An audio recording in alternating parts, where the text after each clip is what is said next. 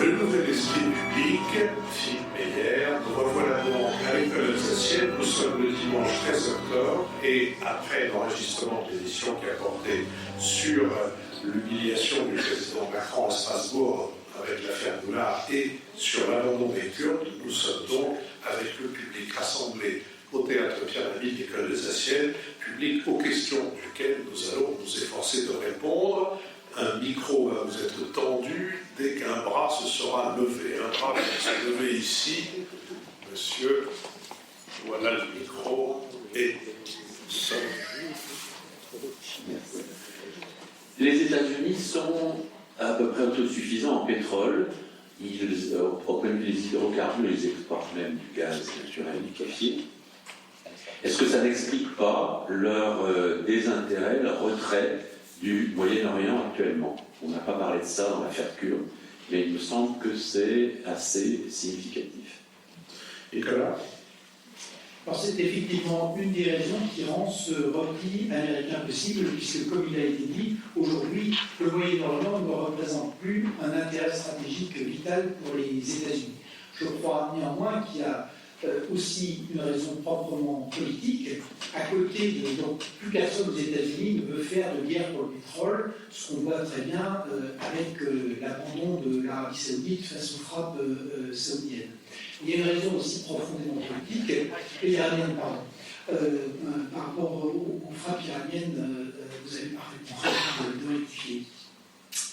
Il y a aussi une raison profondément politique. L'Amérique de 1945 est morte aujourd'hui, et Trump est plutôt la conséquence que la cause de cet enterrement. Je crois que les guerres perdues, enlisées, ruineuses d'Afghanistan, d'Irak et de Syrie font aujourd'hui qu'on a un mouvement profondément isolationniste et un nationalisme qui est maintenant un nationaliste étroit. Donc les États-Unis ne sont plus prêts à, d'une manière générale, à engager les troupes et à faire la guerre pour défendre leurs alliés. Cette mécanique-là, elle dépasse le pétrole, elle est profondément politique. Quelqu'un d'autre veut intervenir, madame? Oui, j'aurais voulu avoir votre avis sur la question des réfugiés syriens sur le sol turc. Est-ce que le fait de les réimplanter dans l'enclave libérée kurde ne va pas les servir sur un plateau à la vengeance de Bachar el-Assad, parce qu'on sait qu'il n'est pas très favorable au retour des réfugiés? Richard Merlet. Alors d'abord, rappelons quand même, on a pas dit tout à l'heure, qu'une situation de conflit, ça n'est jamais réglé sur le papier. Autrement dit que ce qu'Erdogan est en train de faire dans cette bande du nord de la Syrie, il n'est pas acquis que ça se passe aussi bien pour l'armée turque qu'il le prédit, puisque le plan d'Erdogan, c'est en gros le rouleau compresseur de l'armée turque. Derrière, on construit des villes nouvelles dans lesquelles on installe ces réfugiés turcs, mais aussi des populations, ces réfugiés syriens en Turquie, mais aussi des populations turques. Et d'ailleurs, vous aurez remarqué peut-être que les actions des compagnies de travaux publics turques ont nettement augmenté ces derniers jours liées à ces projets. Rappelons quand même que sur le terrain, ça n'est jamais aussi simple. Ensuite, deuxièmement, je ne pense pas du tout que le plan d'Erdogan, ce soit de livrer ces populations au régime syrien, c'est surtout de constituer, comme il l'a dit, une bande tampon, c'est de profiter de ces populations pour asseoir le pouvoir turc, pour asseoir un certain nombre de projets, donner un nouveau marché à ces compagnies de travaux publics. Et pardonnez-moi, on a parlé tout à l'heure de cynisme, le cynisme d'Erdogan est absolu. Si les réfugiés syriens en Turquie aujourd'hui sont livrés à la vanité du pouvoir syrien, il n'en a pas grand-chose à faire. Juste pour compléter, un point de politique internationale qui est intéressant, c'est que il va de soi que Assad est totalement opposé à cette bande tampon, puisqu'elle va venir amputer le territoire syrien. Donc ça réactive par ailleurs l'opposition entre le régime de Damas et la Turquie, et que ça explique aussi pourquoi la Russie est extrêmement réservée face à cette initiative d'Erdogan. Donc ça va créer aussi une source de tension entre Moscou et Ankara. Ça montre bien, là encore, pourquoi cette guerre de Syrie est le laboratoire des guerres du XXIe siècle, parce que quand on décrit tout ça, on a bien l'empilement des trois couches, d'abord des conflits ethniques et religieux par milices interposées, ensuite une dimension régionale, et ensuite une dimension mondiale. Et si vous voulez, les recompositions peuvent varier suivant les endroits où on se trouve aujourd'hui ici. Jean-Luc Bourlanges. Oui, je suis tout à fait d'accord avec ce qui vient d'être dit. Je crois qu'il faut insister aussi sur la dimension de politique intérieure en Turquie. Erdogan est vraiment très mal, et ce qui est frappant, c'est à quel point, ça correspond à peu près à ce que je disais tout à l'heure en citant Colosimo, à quel point l'unité de la nation turque se fait automatiquement sur ce genre de choses. L'opposition soutient l'offensive de M. Erdogan, ce qui est quand même assez grave. Mais en revanche, il est certain que les Kurdes, ça fait quand même assez longtemps, un siècle que ça dure pour eux. C'est un peuple, ils ont une langue, ils sont certainement divisés en partagés entre plusieurs États, mais ils sont d'une irréductible résistance. C'est un peu comme les Tchétchènes, cette même impression. Et je pense que les Turcs ne sont pas effectivement au bout de leur peine. Et ce qui est absurde, c'est qu'il suffisait effectivement de maintenir une présence relativement minimale de la part des Occidentaux, américains et européens, pour éviter ce déchaînement totalement absurde. Là, il y a vraiment le court-termisme, c'est pas le dégagisme de Trump. On comprend très bien que sur le long terme, les Américains veulent se désengager du Moyen-Orient. Obama avait déjà largement engagé la manœuvre, etc. Mais c'est le court-termisme, la brutalité. En 3 jours, il a changé 3 fois d'attitude sur ce plan-là. C'est insupportable que la plus grande puissance du monde joue. Ça fait penser vraiment à Charlot dans le dictateur, où il joue avec le monde, etc. C'est vraiment quelque chose de très angoissant que de voir cet homme qui se réveille à 2h du matin et qui dit j'envoie un tweet et je fous un bordel inimaginable dans une partie du monde. C'est troublant. Je ne résiste pas à vous lire le tweet de Donald Trump. Comme je l'ai déclaré fermement avant, et juste pour le redire, si la Turquie fait quelque chose que, dans ma grande et incomparable sagesse, je considérerais comme ayant dépassé les bornes, je vais totalement détruire et anéantir l'économie de la Turquie. D'ailleurs, je l'ai déjà fait. C'est 3 jours avant le permis d'envahir. Je pense comme Jean-Louis que les Kurdes sont aussi coriaces et résistants que les Tchétchènes, et qu'en plus, il existe une diaspora kurde très importante, très fidèle à ses origines, et qui souvent a très bien réussi dans les pays dans lesquels elle est implantée, et qui est donc susceptible d'apporter aux Kurdes sur place une aide importante. Michaela Figen. Oui, je voulais dire un petit mot sur justement en décembre dernier, quand Trump avait fait sa première annonce de vouloir retirer les troupes américaines de Syrie, le président Macron s'était vanté d'avoir fait changer d'avis au président Trump. Et malheureusement, on a vu que justement cette idée qu'on pouvait influencer le président américain a volé à l'éclat, et il n'y a pas du tout à s'en réjouir. C'est-à-dire, ça montre à quel point aussi bien la stratégie française que la stratégie allemande est complètement impuissant face à ce cours erratique de Trump. Et sur le terrain, parce que vous demandiez qu'est-ce qui se passe avec les populations syriennes en Turquie, je sais du côté allemand, parce que nous envoyons beaucoup de travailleurs humanitaires, nous finançons les campements. Ce sont des populations qui sont complètement catastrophées par la perspective de devoir être de force, être envoyés à nouveau dans des régions qu'ils ne connaissent pas, qui ne considèrent pas comme leur chez eux. Et donc ça pose véritablement la question de l'usage des moyens européens, parce qu'encore une fois, nous finançons le maintien en Turquie de ces réfugiés au nom d'une vue humanitaire sur le monde, et on se retrouve en quelque sorte à fournir à Erdogan ces populations qui sont pour lui juste un moyen de construire sa zone tampon, ce qui est quand même déjà le terme, c'est une aberration, je trouve, en termes de dignité humaine. Merci, monsieur. Oui, moi je voudrais revenir sur les questions européennes. Et je me pose la question de savoir si la crise actuelle, qui effectivement a des épiphénomènes comme Madame Goulard, etc., n'est pas beaucoup plus profonde et qu'elle ne tient pas d'un point de vue historique sur le fait que peut-être le président de la République français n'a toujours pas compris que ce qui a changé fondamentalement en Europe, c'est que les convergences économiques qui ont toujours associé l'Allemagne et la France, avec des hauts et des bas bien sûr, aujourd'hui ne sont plus du tout d'actualité et que l'Allemagne peut parfaitement, j'exagère, mais peut se dispenser économiquement de l'Union européenne parce qu'elle a des marchés extérieurs, etc. Alors que la France, pour se développer, est très liée, comment dirais-je, à la construction européenne.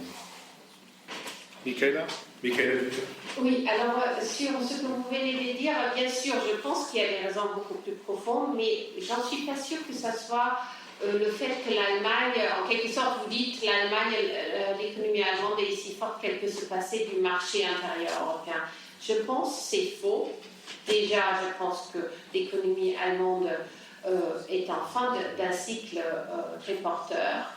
Et sa dépendance des marchés extérieurs au-delà de l'Union européenne va très vite se diminuer et qu'on va voir justement sa dépendance de ses premiers marchés où elle est le plus interconnectée, c'est-à-dire le marché intérieur européen. Mais en revanche, je suis d'accord avec vous sur les raisons profondes. Et là, Jean-Louis l'a dit, je crois qu'il y a une raison institutionnelle, insoluble, entre un régime parlementaire à l'allemande, mais qui est aussi présent dans beaucoup d'autres pays européens, et un régime présidentiel avec une notion de parlement quand même très diminuée, qui, pour l'Europe, ne propose pas un système mixte, mais, du point de vue du président français, propose uniquement une vue française. Ça m'a fait d'ailleurs un peu sourire tout à l'heure, parce que je trouve que Richard Verby, il a déjà complètement intégré la pensée française sur le parlementarisme.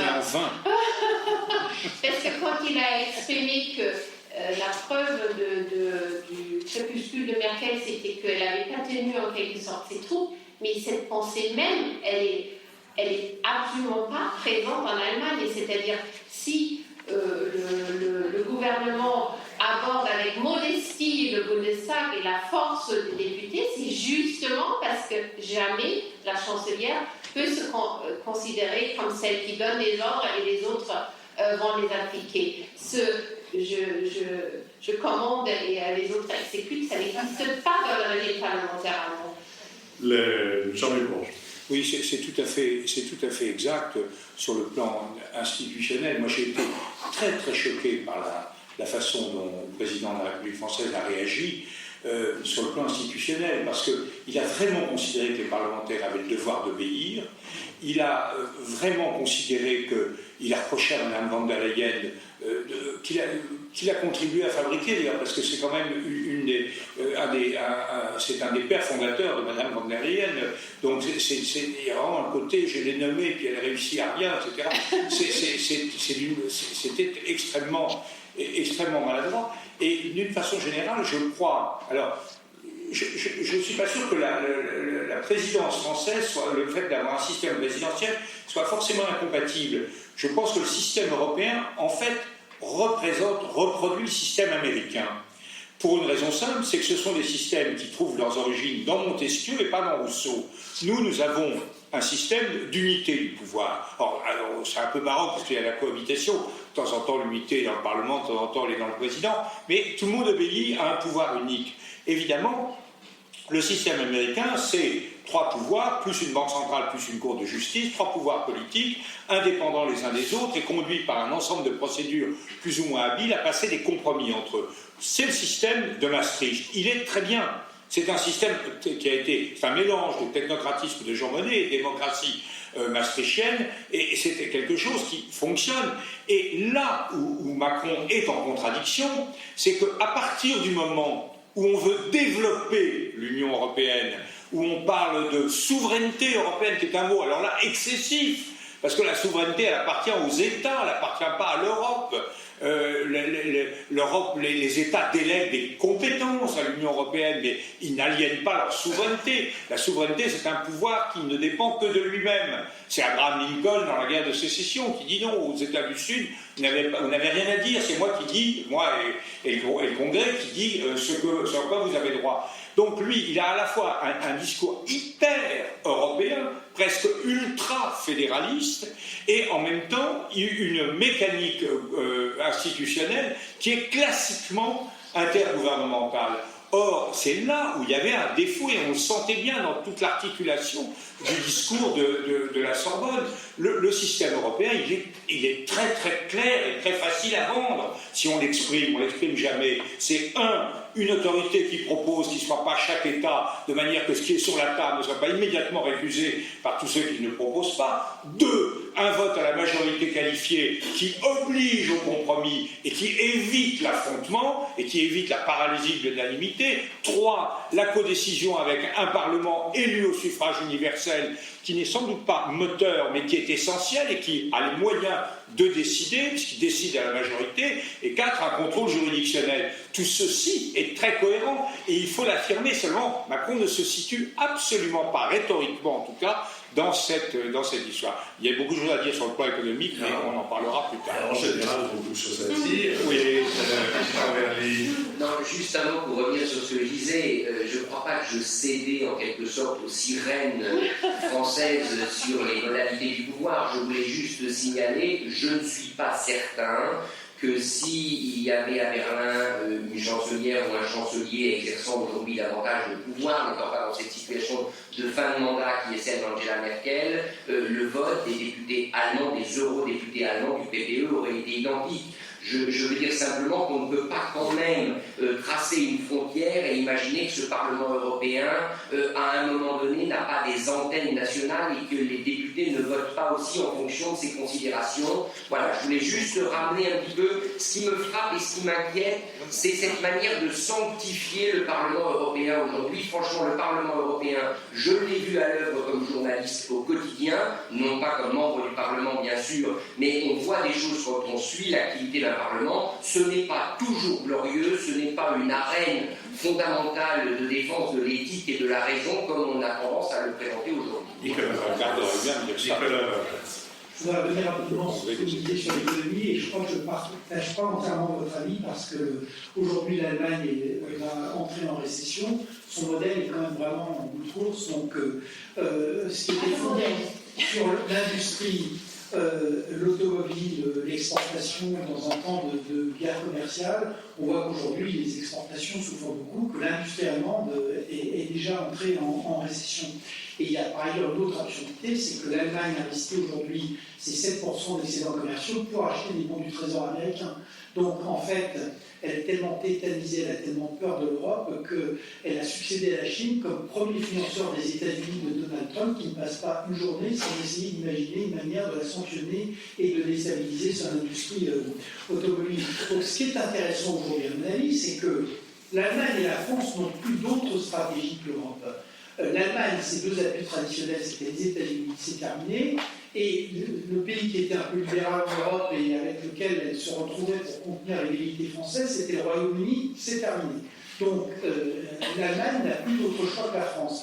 La France, Emmanuel Macron s'était voulu l'interlocuteur privilégié des hommes forts, c'est raté avec Trump, c'est raté avec Xi, c'est raté avec Poutine, c'est raté avec Erdogan.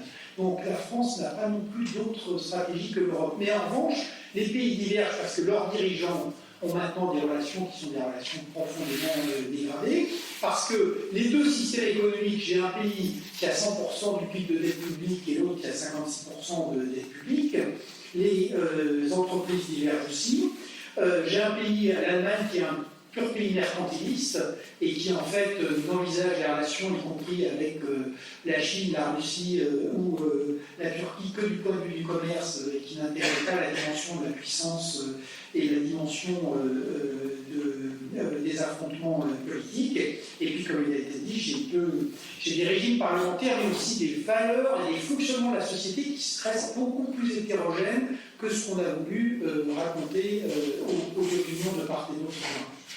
Jean-Louis Bourlange qui tient à montrer qu'il y a... Oui, non, je suis d'accord avec ce qu'a dit Nicolas. Simplement, je crois qu'autant il est tout à fait anormal de considérer que les parlementaires allemands ou n'importe quel parlementaire à Strasbourg ou à Bruxelles devaient obéir à leur gouvernement, autant je crois qu'on ne peut pas quand même contester qu'il y a une très très grande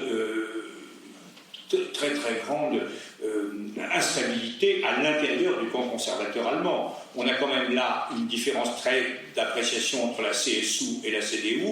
Au sein de la CDU, AKK manifestement n'assume pas un leadership et Mme Merkel est quand même sur le départ. Nous avons nos difficultés en termes de dette et nos difficultés en termes de gilets jaunes. Donc c'est vraiment la rencontre des bras cassés. J'aimerais quand même dire un petit mot, si je peux, sur...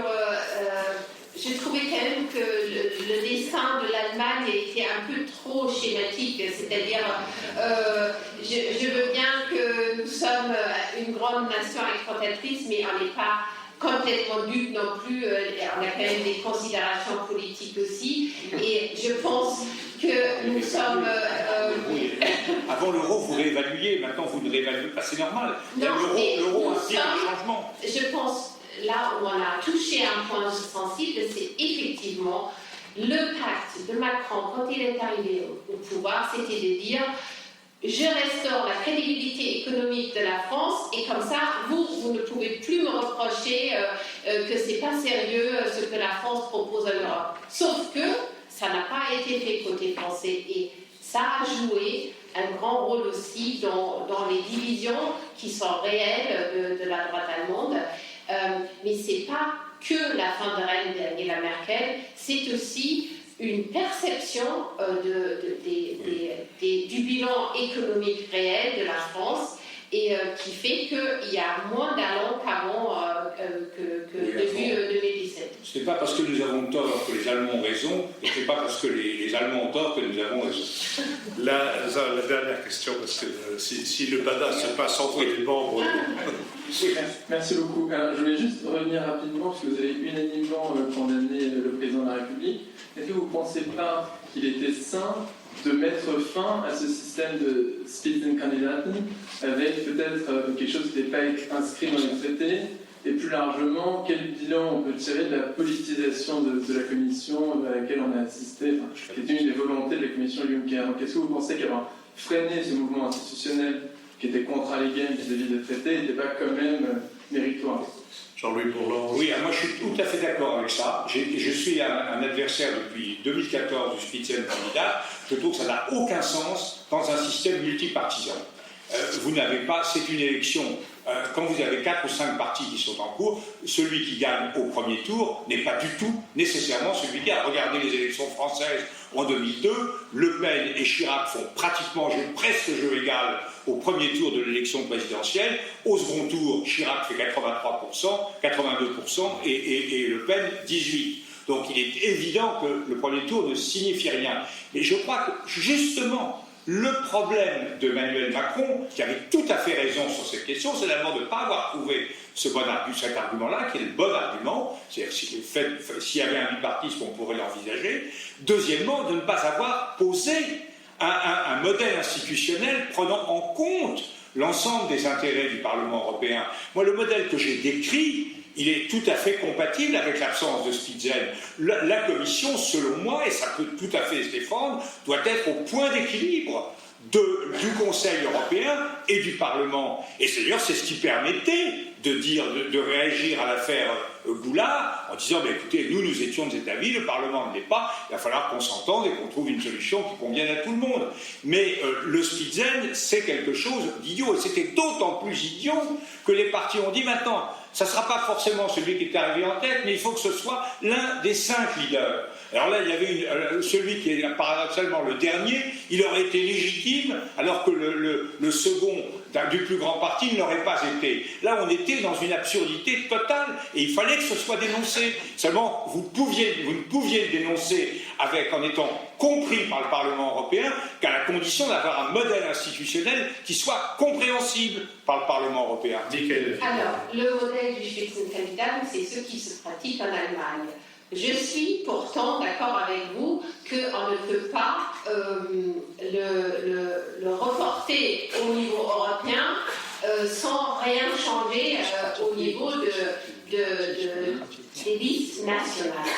En revanche, le véritable problème pour moi, c'était que la critique du président Macron n'a pas été suivie des faits, c'est-à-dire partout des Spitzenkandidaten, Franz Timmermans, Manfred Weber, ils ont fait campagne en promettant aux électeurs. En Allemagne, on a la chance que les deux parlent allemand, donc il y a eu des débats, comme vous le connaissez lors des débats présidentiels, où les deux Spitzenkandidaten ont débattu leur projet pour l'Union européenne, et donc les électeurs avaient vraiment l'impression que leur vote allait déterminer le choix du président de la Commission. Et donc, d'où, à mon avis, justement, ce malentendu franco-allemand notamment, mais ce malentendu était aussi valable aux Pays-Bas, et ça explique, à mon avis, pourquoi c'était ressenti comme une arrogance française. Je vous remercie. Voici donc maintenant venue la fin de cette séquence du BADA. Je vous rappelle que c'est le 17 novembre que vous pourrez venir de nouveau pour un enregistrement en public et un échange avec le public. Je remercie Nicolas Tourneau, Benoît Carré, Sophie Jacquin, Olivier Magloire, Laurie Galigani et Christian Sori. Et ne manquez pas d'aller sur notre site, cliquez sur l'onglet « Soutenez-nous ». Merci et à bientôt.